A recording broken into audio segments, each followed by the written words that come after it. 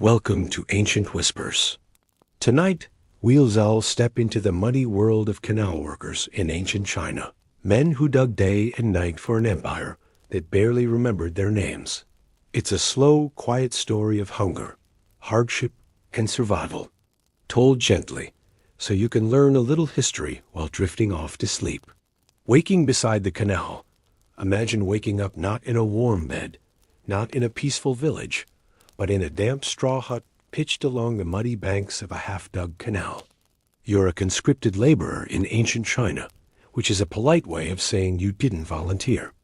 You were drafted either because you were a farmer paying your tax in sweat instead of grain, or a prisoner working off your debt to the empire. Either way, congratulations. You've become one more body in the endless chain gang of canal workers. The day begins before the sun has even thought about rising. Overseers bang gongs or shout through the camps, shaking men awake from shallow, restless sleep. There are no roosters here, just the sound of authority reminding you that another day of backbreaking labor has arrived. The air is cold and wet, carrying the stink of mud and stagnant water. Mosquitoes swarm even before dawn, buzzing their tiny reminder that malaria was a more reliable killer than any barbarian invasion. Breakfast, if you can call it that. A thin bowl of millet gruel, watery enough to reflect your face if you dared to look.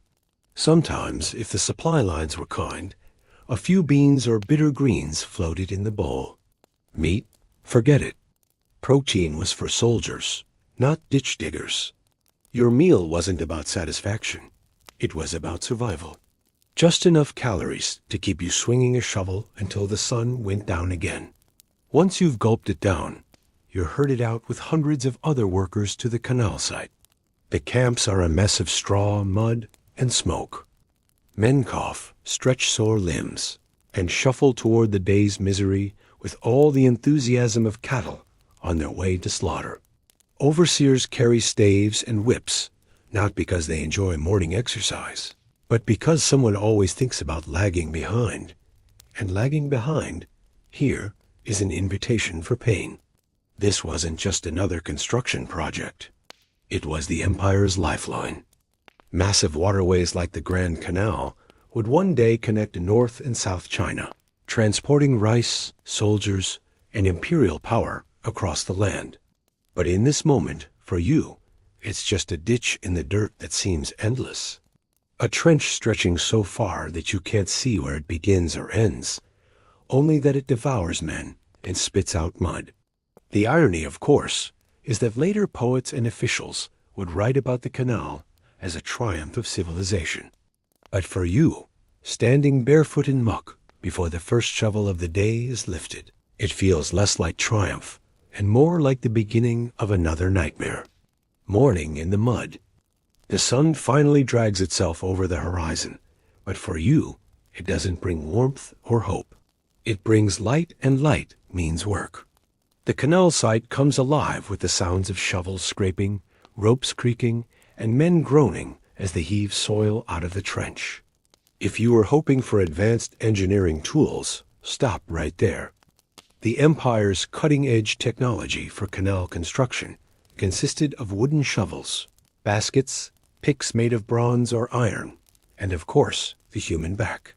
Your job might be to dig, lifting heavy wet soil and throwing it into baskets. Or maybe you're the one carrying those baskets, hauling them up steep embankments, mud sloshing down your legs with every step. The lucky few get to cut timber or stack stones for canal banks. The unlucky? They spend hours waist-deep in cold, stagnant water, piling mud with their bare hands, their skin turning raw and blistered. And let's not forget the overseers. They patrol the site with staves, barking at anyone who dares to slow down. If you stumble or spill your load, you'll hear the whistle of wood against your back. Complaining is useless. You're not here to be heard. You're here to move dirt. In fact, the overseers don't really see you as a man. You're closer to a tool, a shovel, that just happens to breathe. The dangers are constant. The walls of the canal aren't stable, and when the soil is wet, it collapses without warning. A landslide of mud can bury men alive in seconds. Others drown when channels suddenly flood, pulled under by currents they never saw coming. Accidents are treated with the same indifference as broken tools. One man gone, another steps in. The ditch doesn't pause for funerals. And yet, the work continues in a grim rhythm. Dig, lift, haul. Dig, lift, haul. The sound of hundreds of shovels hitting earth becomes a kind of music, if music could sound like exhaustion and despair. By mid-morning, the sweat mixes with mud until you can tell where your body ends and the canal begins. Later, historians would marvel at the Grand Canal as a feat of planning and coordination, stretching for thousands of miles. But standing knee-deep in muck with a basket of dripping soil on your back, you're not marveling at anything. You're just wondering how many more hours until the overseer lets you stop. Midday misery. By the time the sun climbs high overhead, you've already been at it for hours. Your body is caked in mud, your arms ache, and your legs feel like they've been carved from stone. And just when you think you might collapse, the overseer calls for a break. Sounds good, right? Don't get excited. It's not a picnic. Lunch is exactly what you had for breakfast. Another bowl of watery millet gruel. If the supply wagons haven't fallen behind, maybe you get a spoonful of beans or pickled greens. On a miraculous day, a scrap of dried fish. But most days, it's just hot sludge sliding down your throat, filling your stomach without giving you real strength. If you've ever had instant noodles without the seasoning packet, you've already tasted luxury compared to this. There's no shade, no cool place to sit. Men squat in the dirt, bowls balanced on their knees, while the sun beats down like a hammer. Sweat runs into your food, but you don't care. You eat fast because the break is short, and if you linger, the overseer's staff will remind you that this isn't a social hour, and then it's back to the trench. By midday, the heat turns the canal site into a swamp. The water stinks of rot and insects. Mosquitoes swarm your face and arms, biting until your skin swells. The mud clings to your legs, heavy as chains. Every shovel of wet earth feels like lifting a mountain. This is also when accidents spike. The hotter it gets, the slower the men move, and the more mistakes are made. One slip on the embankment, and you could tumble into the ditch, where loose soil buries you before anyone can pull you out. Others collapse from heat stroke, their bodies dragged to the side and left in the shade, if they're lucky. If not, they simply stay where they fall, the line of workers stepping around them as though they were just another stone in the way. You start to realize that the canal isn't just a project. It's a giant mouth, swallowing men whole, spitting out mud and water. Every scoop of earth you lift feels like you redigging not just the empire as Canal, but also your own grave. And the worst part? The overseers don't even blink. To them, it's all routine. Men die, mudslides, mosquitoes bite, but the canal must keep growing, always growing. Evening rest. When the overseer finally calls an end to the day, the sun is already sinking, painting the sky orange and red. For most people, sunset means peace. For you, it means the canal has spared you one more day. Your reward? Not freedom. Just permission to collapse. The workers shuffle back to their huts, if you can even call them huts. They're little more than mud and straw slapped together, packed with men like grain sacks in a warehouse. Inside, it's dark, smoky, and crowded. Reed mats cover the ground, if you're lucky. If not, you sleep directly on the damp earth, shoulder to shoulder with men who cough through the night. Privacy doesn't exist. Comfort is a myth. Dinner looks depressingly familiar. Another bowl of millet porridge, maybe with a sliver of dried radish if fortune smiles. Some days, a sip of sour millet beer thick, cloudy, and more like liquid bread than a drink. It isn't delicious, but at least it's safer than canal water, which carries diseases waiting to drown your insides. Men eat in silence, too tired to talk. Some mumble prayers to ancestors. Others hum old village songs, voices low and cracked.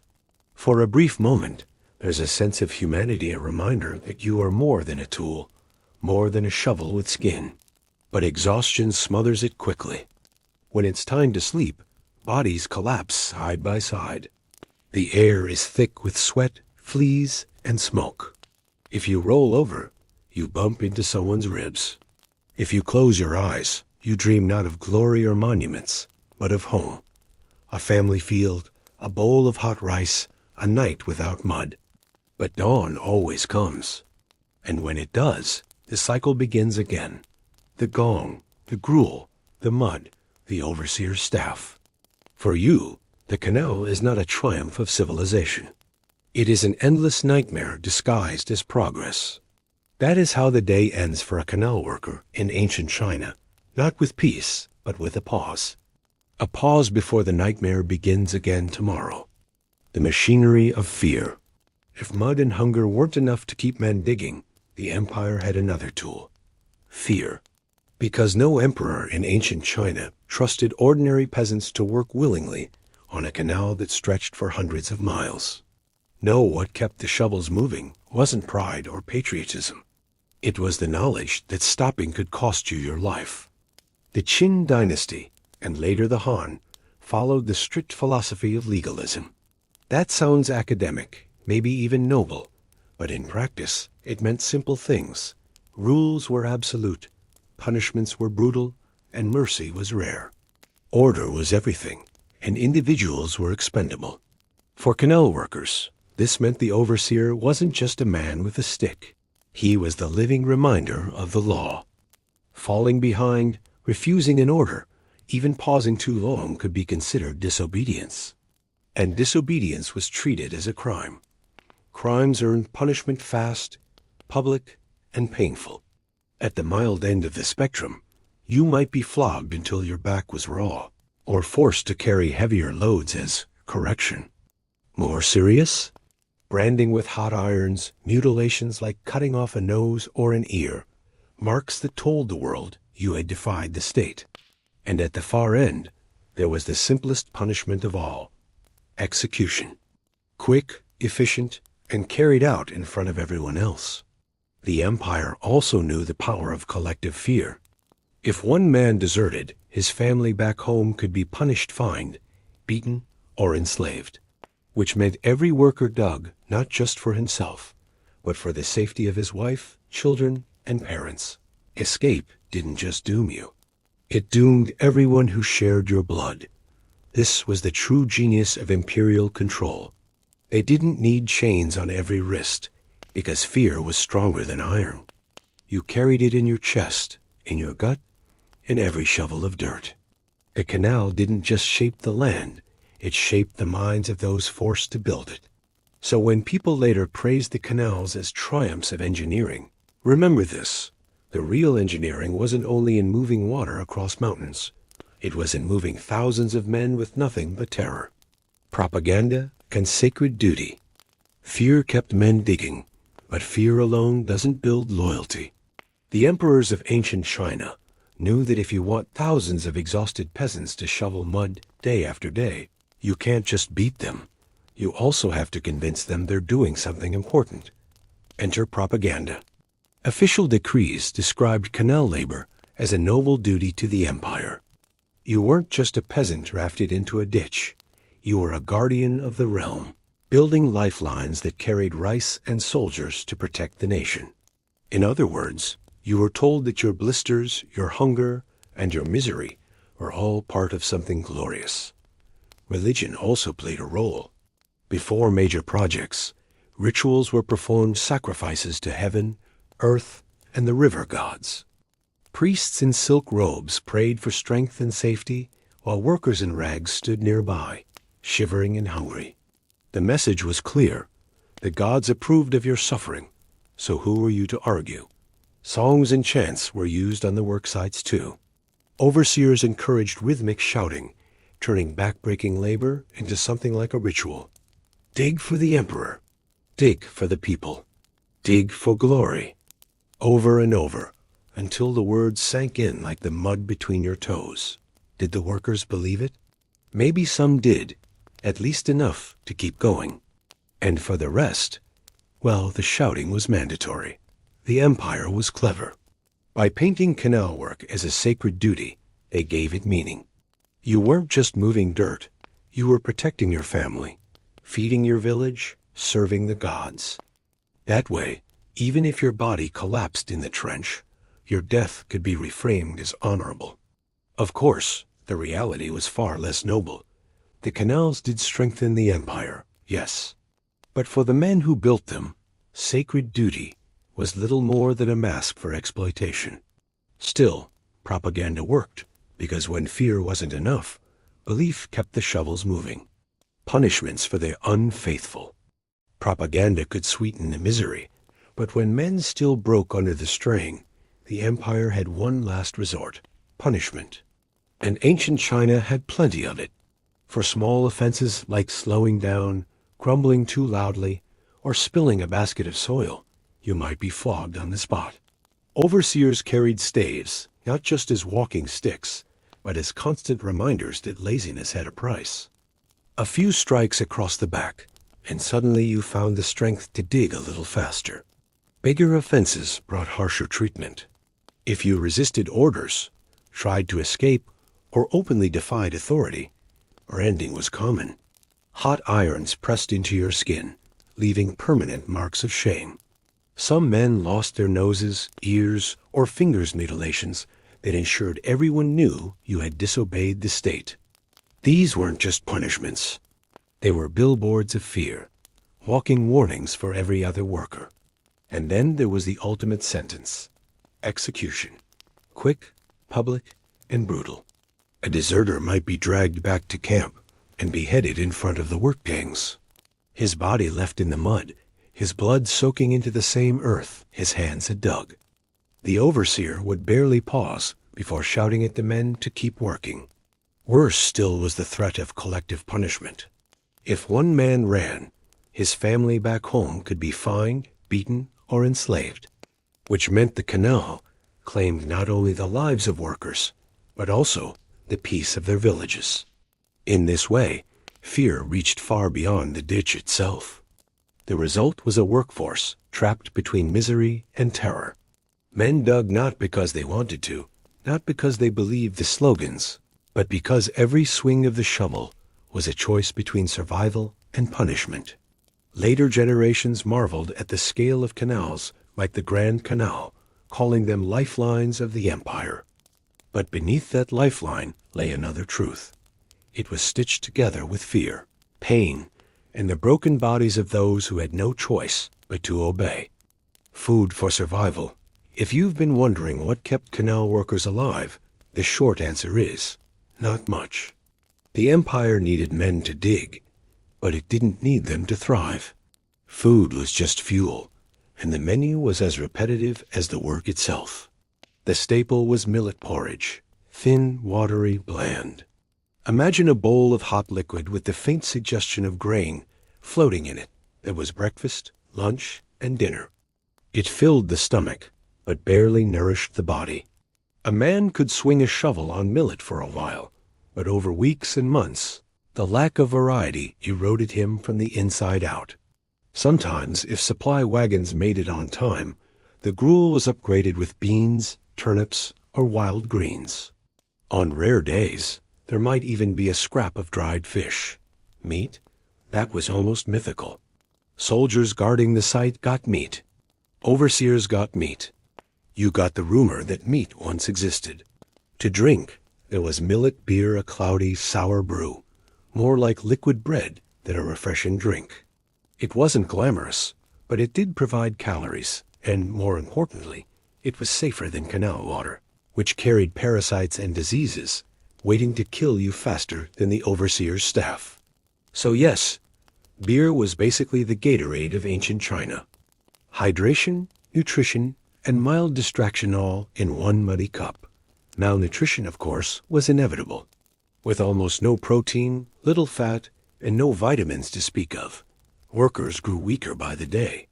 Bones became brittle, gums bled, and disease spread easily in weakened bodies. Archaeologists examining remains near ancient canal sites have found evidence of stunted growth and chronic malnourishment. In other words, the diet wasn't keeping you alive. It was keeping you barely not dead. And yet, the evening meal, however miserable, was often the only moment of solace. Men huddled together around fires, slurping their bowls, trading bitter jokes about the food, sometimes singing old village songs.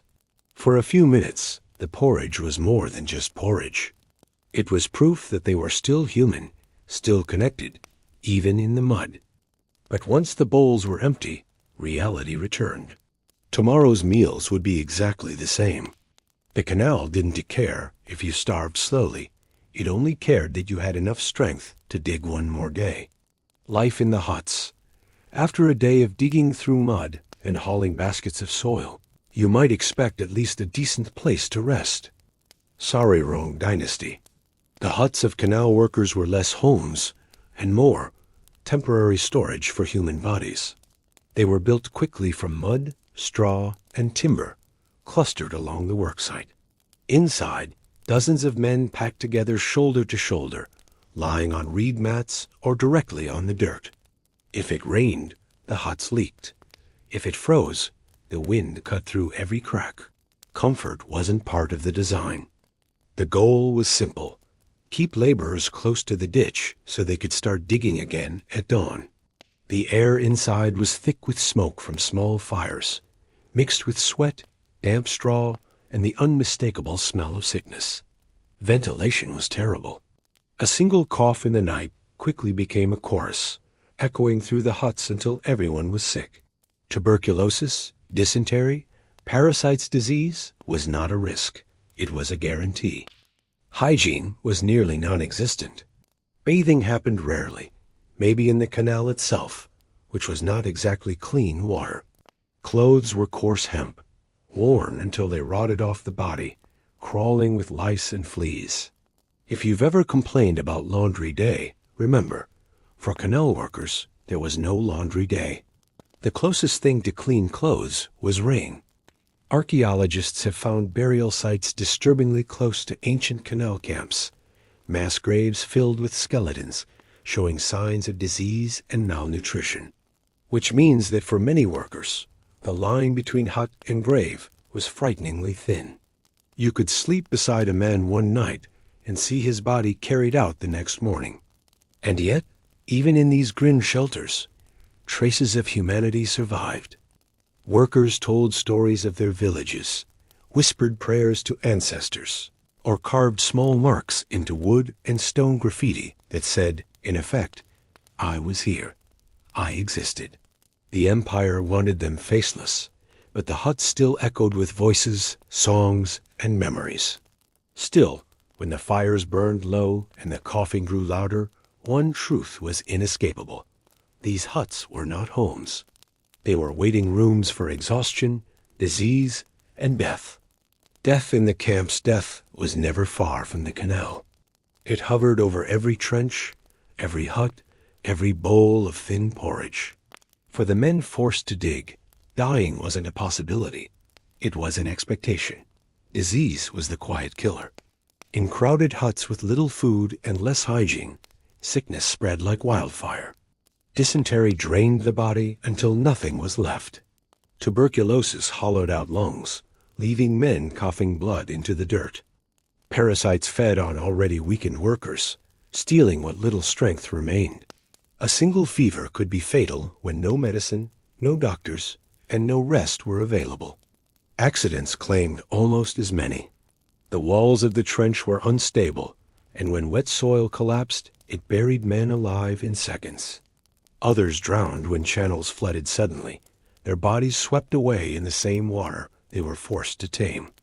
No records were kept of their names. No markers showed where they fell. One day you were a worker, the next you were mud. And then there was starvation, the slowest death of all. Millet gruel kept men barely alive, but never nourished. Over weeks, bones protruded, muscles shrank, eyes hollowed. Archaeological evidence from canal graves show stunted skeletons and worn teeth, proof that these men didn't just die young. They died worn out. Burials, when they happened, were hurried. Shallow pits beside the worksite, sometimes shared by dozens of bodies. Often, corpses were left half covered with earth, indistinguishable from the trench itself. Later folklore imagined canals literally built on bones, and while not entirely true, the image captured the reality. The line between worker and foundation was vanishingly thin. For the overseers, death was routine. A man collapsed, another filled his place. Work never stopped. The canal was too important for the empire, and too indifferent to the lives it consumed. For the workers, death was both fear and relief. Fear, because no one wanted to vanish nameless into the mud. Relief, because sometimes the only way out of the endless ditch was to lie down in it forever. The canals of China carried grain, soldiers, and wealth across the empire. But they also carried silence, the silence of thousands of voices that never made it home. Evenings of exhaustion, when the sun finally sank behind the horizon, the work stopped, not because the canal was anywhere near finished, but because the men could no longer see the mud they were supposed to move. For canal workers, evening wasn't rest, it was collapse. The march back to camp was silent, except for the shuffle of feet and the occasional cough. No one had the strength to talk. Shoulders slumped, hands blistered, legs heavy with mud. It was less an army returning home than a line of shadows dragging themselves out of the ditch. Dinner was predictable. Another bowl of millet gruel, perhaps marginally thicker than breakfast if the overseers felt generous. On rare occasions, there might be a sliver of dried radish or a hint of bean paste stirred in. For variety, some men added a sip of cloudy millet beer, a drink so sour and thick it was more punishment than treat. But at least it kept the waterborne parasites at bay. After eating, men gathered around small fires. Their conversations were quiet, voices low as though afraid to disturb the night. Some shared bitter jokes about the food. Others hummed village songs they could barely remember. A few whispered prayers to ancestors, asking for strength to survive another day. These small rituals, laughter, music, prayer, were fragile reminders that they were still human. The huts awaited, as miserable as ever. Inside, the air was damp and smoky, bodies pressed together on reed mats. Coughs echoed through the dark, insects crawled, and fleas bit at exposed skin. If you turned over, you bumped into someone else. If you dreamed of home.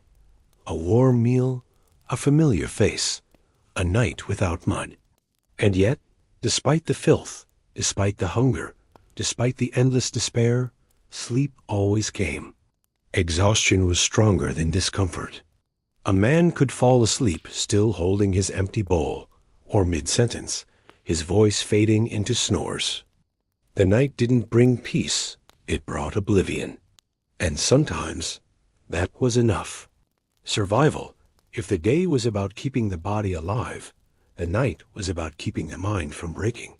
Because when you spend your days knee-deep in mud, swinging a shovel for an empire that doesn't even know your name, you need anything to keep going. For some, that something was hope. They whispered to themselves that one day, when their conscription ended, they'd go home. Back to their families, their fields, their villages. They imagined planting rice again instead of hauling dirt. The dream of returning gave each shovel of mud a faint, almost invisible purpose. Of course, many never lived long enough to see that day. But hope isn't about truth, it's about survival. Others leaned on humor, bitter, dark, gallows humor. Men joked that the canal wasn't for water, but for carrying their bones downstream. Someone would trip with a basket of mud, and another would laugh, "At least you'll save us the trouble of digging your grave." The laughter was short and harsh, often followed by coughing, but for a few seconds it made the misery lighter. Religion and ritual also seeped into the camps. Workers prayed to the river gods, to heaven and earth, or simply to their ancestors. They left tiny offerings, scraps of food, whispered chants, or carved charms hidden in the dirt. It wasn't about pleasing the empire's officials. It was about asking someone, anyone, to notice their suffering. And then there were the dreamers, the ones who closed their eyes at night and built lives in their imagination. Some pictured themselves as soldiers, heroes, or scholars who would one day be remembered. Others invented stories where the emperor himself rewarded their sacrifice, or where the canal became a monument to their names. None of it was real, but it didn't have to be. In a world that gave them nothing, dreams were the only possession they truly owned. The empire could control their bodies. It could dictate their labor, their meals, their punishments. But the empire could not fully control what happened in their minds. And that spark, fragile, invisible, but stubborn, was sometimes the only thing that kept a man alive until dawn. When hope fails. Not every man could keep hope alive. For some, the canal didn't just break their bodies, it broke their spirit. You could see it in their eyes first. A hollow stare at the mud, a silence that grew heavier each day. They stopped joking, stopped praying, stopped talking. Their shovels moved slower and slower, until one morning they simply didn't move at all. Overseers called it laziness and answered with the stick. But the truth was simpler. These men were already gone on the inside. Some slipped away quietly at night, walking into the darkness until the guards caught them, or until the river took them. Others chose a more final escape, a stumble off an embankment, a deliberate step into rushing water, a body swallowed by mud. Suicide wasn't recorded in the Empire scrolls, but among the workers it was whispered about often. Better to drown once than drown every day, some muttered. For those left behind, watching this unraveling was its own torment. You might share a hut with a man who gave up, hearing his coughs fade night after night until silence replaced them. His mat would be empty in the morning, his body dragged to a shallow pit by evening. And then you return to the trench, shovel in hand, knowing tomorrow it could be you. The Empire didn't care. A dead man was simply replaced. Another farmer drafted, another prisoner sentenced, another body added to the endless line of diggers. The canal swallowed men as easily as it swallowed water, and neither the overseers nor the emperor looked back. Despair was the canal's most effective tool. Mud could exhaust you, disease could weaken you, punishment could terrify you. But despair hollowed you out until you were little more than a shadow swinging a shovel. And when that shadow finally faded, the canal went on without you, as if you had never existed at all. The canal and the empire stepped back from the huts and the mud. Imagine the view not from the trench, but from the emperor's throne. From there, the canals weren't ditches filled with sweat and corpses. They were lifelines. The Grand Canal, for example, would one day stretch for more than 1,000 miles, connecting North and South China. It carried rice from fertile southern fields to feed northern armies. It moved troops swiftly across the land, reinforcing borders and securing power. It tied the empire together in ways no road or river alone could manage. To emperors and officials, the canals were triumphs of civilization. Proof that the state could command nature itself, redirect rivers, tame floods, and carve waterways through mountains and plains. They were symbols of authority, prosperity, and eternal order, but every symbol has a cost. And here, the cost was human lives, spent like grain from a storehouse. Farmers torn from their fields, prisoners condemned to dig until they dropped, families left behind without fathers or sons. The empire calculated that this was acceptable. Bread for millions was worth the bodies of thousands. Military control was worth the silence of villages. It's easy, centuries later, to marvel at the engineering, to point at maps and say, look how advanced they were. But if you stood on the canal bank in those days, you wouldn't see glory. You'd see mud, sweat, hunger, and despair all flowing together into the emperor's dream. The irony is sharp. The canals were built to sustain life, to carry food and wealth across the empire. But in building them, they consumed countless lives, leaving behind not prosperity for the workers, but silence. The empire saw a network of power. The workers saw an endless grave. Both views were true, and both became part of history. The forgotten digger's history remembers emperors. It remembers the rulers who ordered the canals, the ministers who planned them, even the generals who marched their soldiers along the waterways. But it almost never remembers the men with the shovels. The workers who dug the canals left behind no names, no monuments, no scrolls of recognition. They were peasants drafted from villages, convicts condemned to labor, and soldiers punished with shovels instead of swords. To the empire, they were not individuals. They were numbers. One man died, another filled his place. The ditch had no patience for memory. Folklore, however, tried to fill the silence. Stories circulated of men swallowed by floods, of ghosts haunting unfinished sections of the canals, of women who searched in vain for husbands who never returned. These tales were not official history, but they kept alive what the records ignored, that every stretch of water carried human grief beneath its surface. Archaeology, centuries later, uncovered what the empire buried. Graves near canal sites, bones showing malnutrition and overwork, evidence of disease spreading through cramped camps. These discoveries gave the workers back their voices, at least in whispers. They could not tell their stories, but their remains testified, "We were here, and this is what it cost us."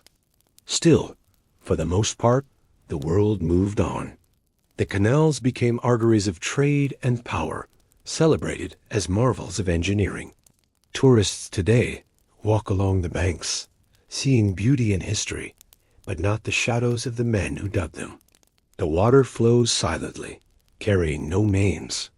And so the canal workers became what the empire always intended, forgotten. But forgotten does not mean gone. Their lives are still etched in the mud, still echoing in the stories, still whispering beneath the surface of the calm waters they carved with their hands. Was it worth it? The canals still flow. Water moves through channels carved thousands of years ago, feeding fields, carrying goods, linking cities. Historians call them masterpieces of engineering, lifelines of civilization, and in one sense, they were. The empire endured longer because of them. Trade expanded, armies marched, people ate, but was it worth it? From the emperor's throne, the answer is simple: yes. A canal was not measured in lives, but in grain moved, soldiers supplied, power sustained. To rulers, the suffering of thousands was a fair price for the prosperity of millions. For the workers, the answer is different. Imagine dying in the mud, nameless, your body dumped in a shallow grave. Imagine your family never knowing where you fell. Imagine being remembered not as a person, but as a faceless part of a ditch. Where is the worth in that? History rarely answers such questions. The canal remains, the workers do not. Progress is visible, the cost is invisible. The stones and water endure, while the men who made them vanish into silence. That is the paradox of monuments. They look eternal, but they are built on lives as fragile as yours and mine. And yet, perhaps there is another way to see it. Every canal, every stretch of water, is not just imperial ambition. It is also testimony. Each shovel of mud was a heartbeat. Each basket of soil, a name never written. Their suffering built something that outlived dynasties. And in that endurance, however tragic, there is a strange kind of immortality. So was it worth it? For the empire, yes. For the workers, no. For us, looking back, the canals remind us that every triumph of history hides another story, the story of those who paid for it, silently, with their lives. The water still flows. And if you listen closely, beneath the calm surface, you might still hear the whispers of the men who dug it, echoes of labor, suffering, and survival, carried forever downstream. And so, our journey comes to an end. We have walked beside the canal, felt the mud on our hands, tasted the thin porridge, and heard the silence of the men who dug until they could dig no more. The water still flows, but their voices remain only as whispers. If you've stayed with me this far, I hope the story has not only taught you something, but also brought you a sense of calm. History does not always shout, it often whispers, slowly, gently, until it carries us towards sleep. So let your eyes close now. Let the canals fade into the distance, and let rest find you. Thank you for listening. If you'd like to join me again on more quiet journeys into the forgotten corners of the past, don't forget to like this video and subscribe to Ancient Whispers. Another story will always be waiting here whenever you need history, or simply a gentle path to sleep. Good night.